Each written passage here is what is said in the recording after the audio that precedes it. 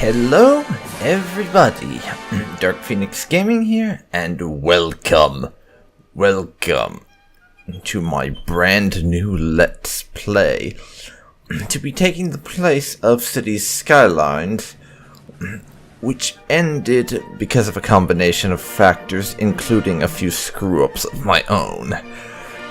Welcome, everybody, to Hearts of Iron 4 Kaiserreich. And the first time I'm doing a proper Let's Play of this on my channel.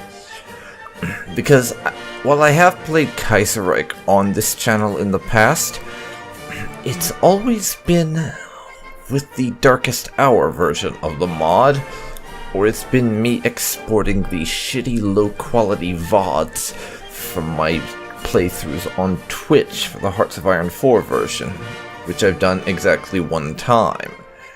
And this is a rather auspicious point in time for me to be deciding to do a playthrough of Kaiserreich, because it wasn't all that long ago that the Divided States update dropped on us, and then the 0.8.1 patch. So we're on version 0.8 of Kaiserreich.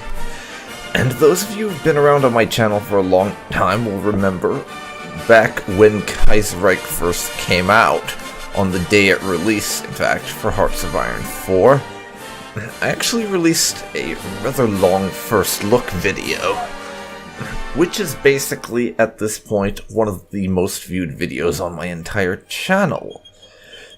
So this is also kind of interesting because it gives me another way to take an additional look at Kaiserreich and see how it's changed in the meantime.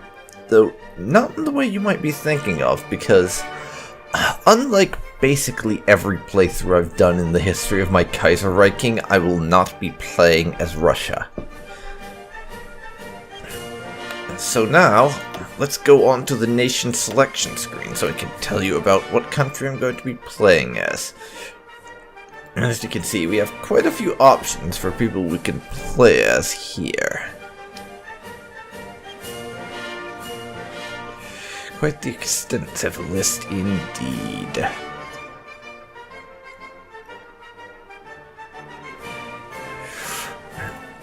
But the people on this list are not any of the ones I'm going to be playing as.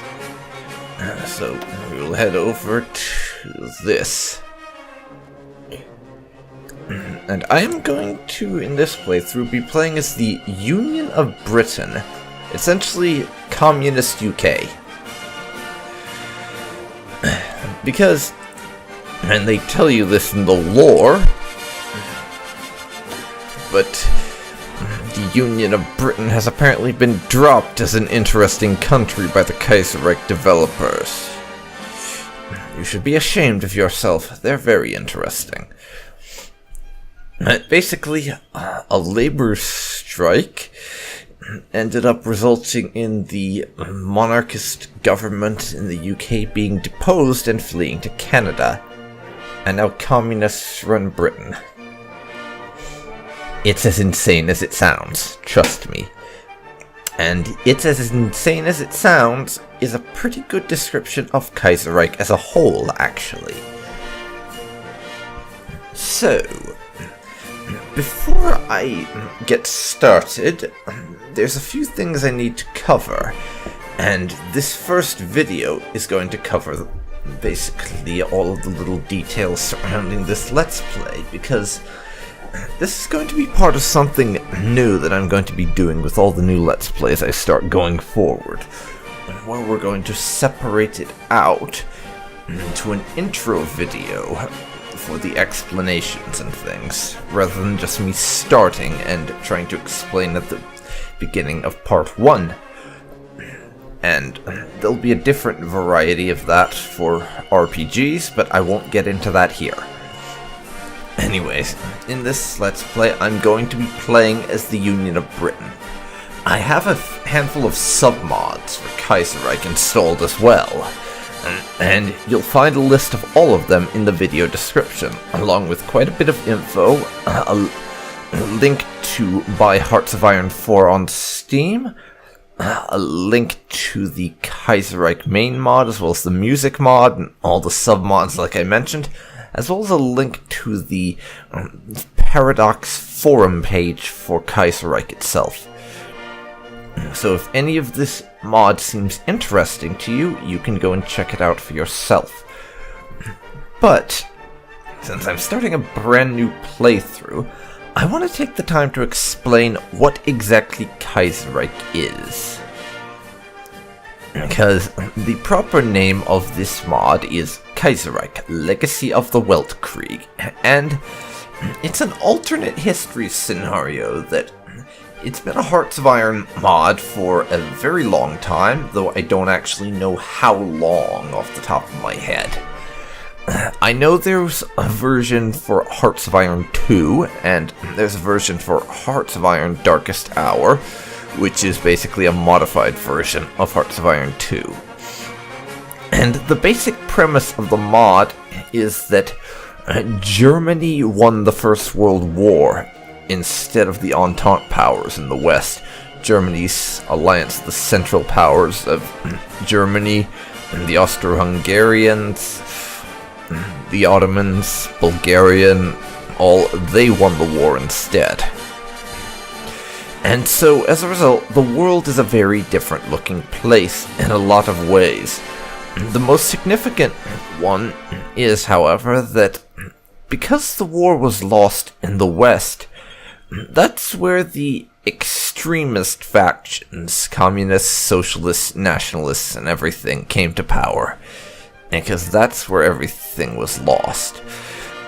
So these countries got all pissy that they'd been destroyed in the war, so the extremists came to power, like Hitler in our real timeline, basically saying that that these countries that defeated us are evil. Give me power, and I will help crush them and restore our national honor.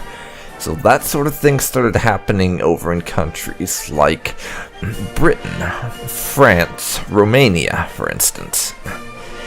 So as a result, we have communists in charge over in France and Britain now. And the old national governments fled over to their colonies. Which, speaking of colonies, there's quite a bit of difference in terms of the colonial makeup of the world. Because Germany took a huge bite out of the French colonial empire in their treaty. And then, when Britain had their communist revolution, the Germans seized control of basically all of the British colonies, with the exception of the stuff over in the Americas and India, which has divided into 3 separate pieces. I don't quite understand the logistics behind this.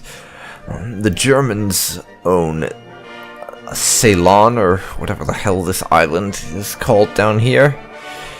They own that place. But other than that, there's the Dominion of India, which is what remains of the East India Company. We have the Bharatiya Commune, a communist faction that's risen to power in India. And these guys, the Federation of South Indian Raj. That's not exactly the name in default Kaiserreich. I have a mod that changes some of the names. I'm going to make a few changes to what it actually uses when I get in game, though, because some of these names are a little bit too ridiculous for me to be expected to say repeatedly. But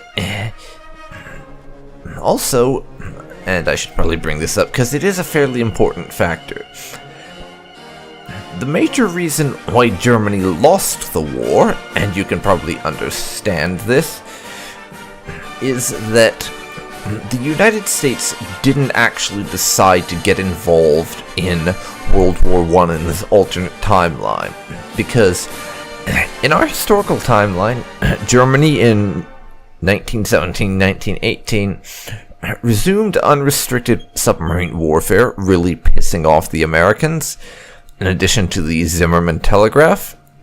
But in Kaiserreich, at least the unrestricted submarine warfare, that never took place. Germany stuck to the restricted submarine warfare that they'd backed off to before, so the US never got involved in the war. And though I don't know for certain, I'd say it's a fairly good guess that they also decided not to bother with the Zimmermann telegraph. But now, we move over to Russia, another country that was very significantly affected by the historical changes to the timeline. Because by the end of World War I, Germany had basically occupied all of Russian-controlled Poland, as well as the Baltics and the Ukraine, and forced them to give independence to a number of nations, Finland and a few of these guys down here. A lot of that was either reversed, or some of the ones over here got given actual independence in our real timeline. But in this, nations like the United Baltic Duchy, Lithuania, and Belarusia here, a lot of them are now German puppet states, or in the case of Ukraine, members of Germany's Mitteleuropan alliance. Meaning that Russia's a lot weaker, but there's another big difference with Russia. As you can see on the map, they are green, not red. And this is important, because you see, Russia is not communist. They are a republic, albeit a very unstable republic with the threat of another communist uprising to make them communist. But what happened is,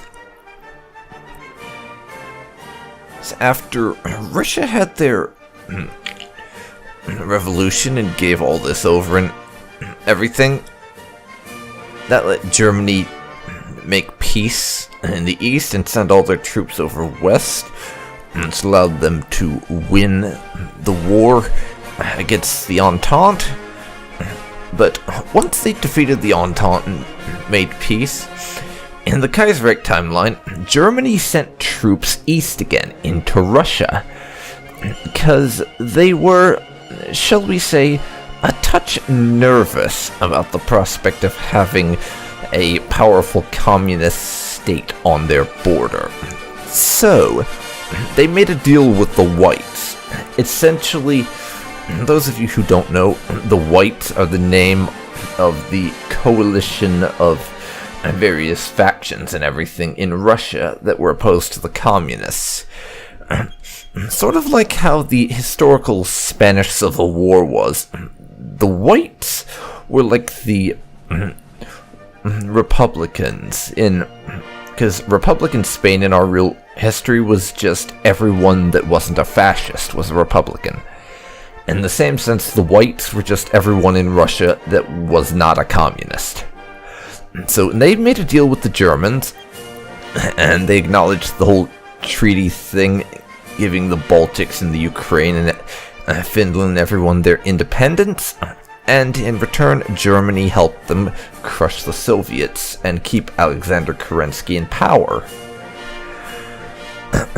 There's a lot more to it than that, and in a lot of these cases, I'm kind of glossing over it because it's not very important. The main important thing is going to be the Union of Britain here, who we will be playing as. Because after the Royalist government was defeated and forced to flee over to Canada, the communists took over in the UK, and well, it's not exactly a very unstable government or anything. It's a coalition of different types of communists right now. And the important thing with this is we have a lot of different groups that we're going to be hostile with and have to deal with. There's the Germans, obviously. We are very hostile towards the German Empire and her allies for a very large number of reasons. Most notable among them, of course, being that the Union of Britain, sees it as Germany's fault they lost their empire, and are more than a little bit bitter about that, as well as the loss in the last war. Even though the Brits didn't technically lose that war, they kept on fighting for a few years until 1921-1922, after France was defeated, and signed what they're calling a peace with honor. I'm making air quotes here, by the way, if you couldn't guess. So basically, they acknowledge Germany's gains in the war, and they get to keep their colonies, which was a major factor that led to the revolution that overthrew the Royalists. So we're going to want to remove Germany as a factor in foreign affairs. Let's just say that's one of our major long-term goals in this campaign. Other than that, the other major one that's worth mentioning right now is the Royalists over in Canada and possibly the Dominion of India and the Australasian Confederation, if we can manage it. The Royalists, we're going to want to remove them as thoroughly as we can, because they're a threat to us and are going to want to fight to restore themselves to the UK, and they're going to want to take us out of the picture in the process of doing that. They're a thorn in our side and will remain as such until we deal with them. So those will be our major goals as far as this campaign goes. To neutralize Germany and remove the Royalists as a threat is going to be the primary goals for the Union of Britain. And to that end, we are going to be, once again, as we did in World War I, aligning ourselves with the French. So we will be fighting not only Mitteleuropa, but the Entente powers, what's left of them.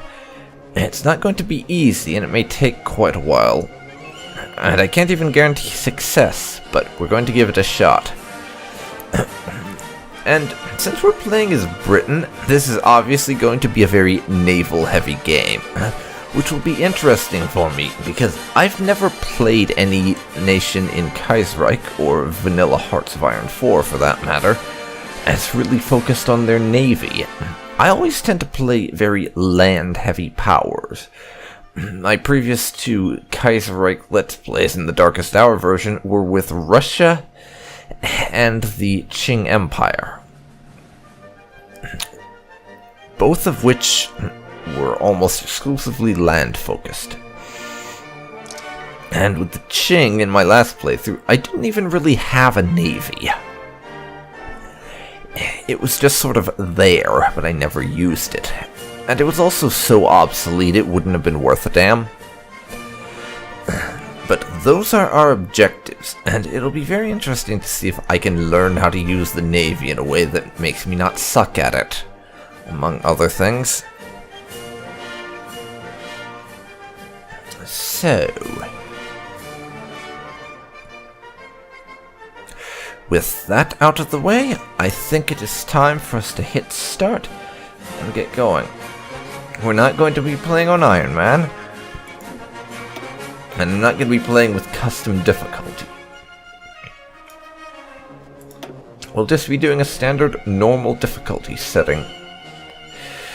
Seeing as I haven't played Kaiserreich in the Hearts of Iron 4 version a whole lot recently, I might as well start us out on a softer setting with regular.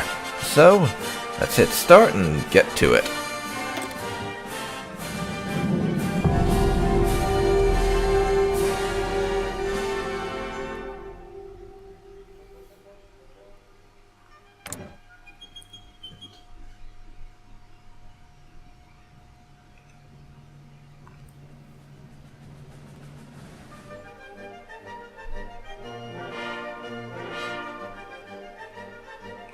Fighting a land war in Asia. Oh, the loading things in this are so hilarious. They really are. Let's see. I'm just going to get rid of the credits real quick. We'll know about just major news events. Just inform us about the basic stuff. And colored puppets is another mod I have on right now. It helps with just some organizational and seeing things at a glance, because basically what it does is make your puppets the same color as your nation, so they all look like they're kind of the same country, and it helps show you exactly what the extent of your control is. And I like it, it's very useful like that. But I will allow the AI to change their puppet state colors also.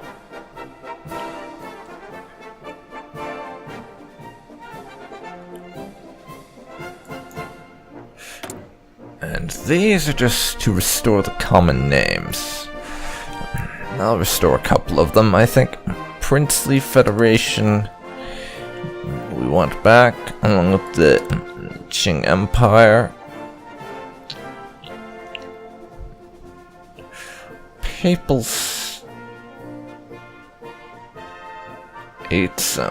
or State of the Church.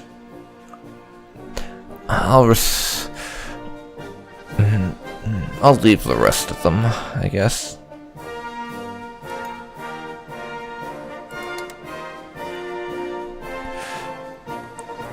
Those couple are getting restored, but other than that, no. But now, this is about it for this introductory video. There's just one other thing I want to say before I end this intro. This series is going to be the first time when I'm starting a new series under some new policies, so my videos as a whole are going to be a good deal longer than what I've been doing for a while now. Most of them will probably be around the 1 hour time frame overall. So you can expect my individual videos to be longer and cover a lot more. If you decide you take issue with that, then I have a few other things that I'm considering I could do. There'll be more work for me overall, but I am willing if you would like this. Let me know if you are against longer videos, and I'd be willing to make some changes. But that'll do it for this intro video. We will get started proper next time with part 2. So, this has been Dark Phoenix Gaming. Thank you very much for watching my Let's Play of Kaiserreich, Legacy of the Weltkrieg, the Hearts of Iron 4 version. And I hope you'll join me next time for part 2, when we will kick off this Let's Play proper. Till next time, folks, I'll see you then. So long for now.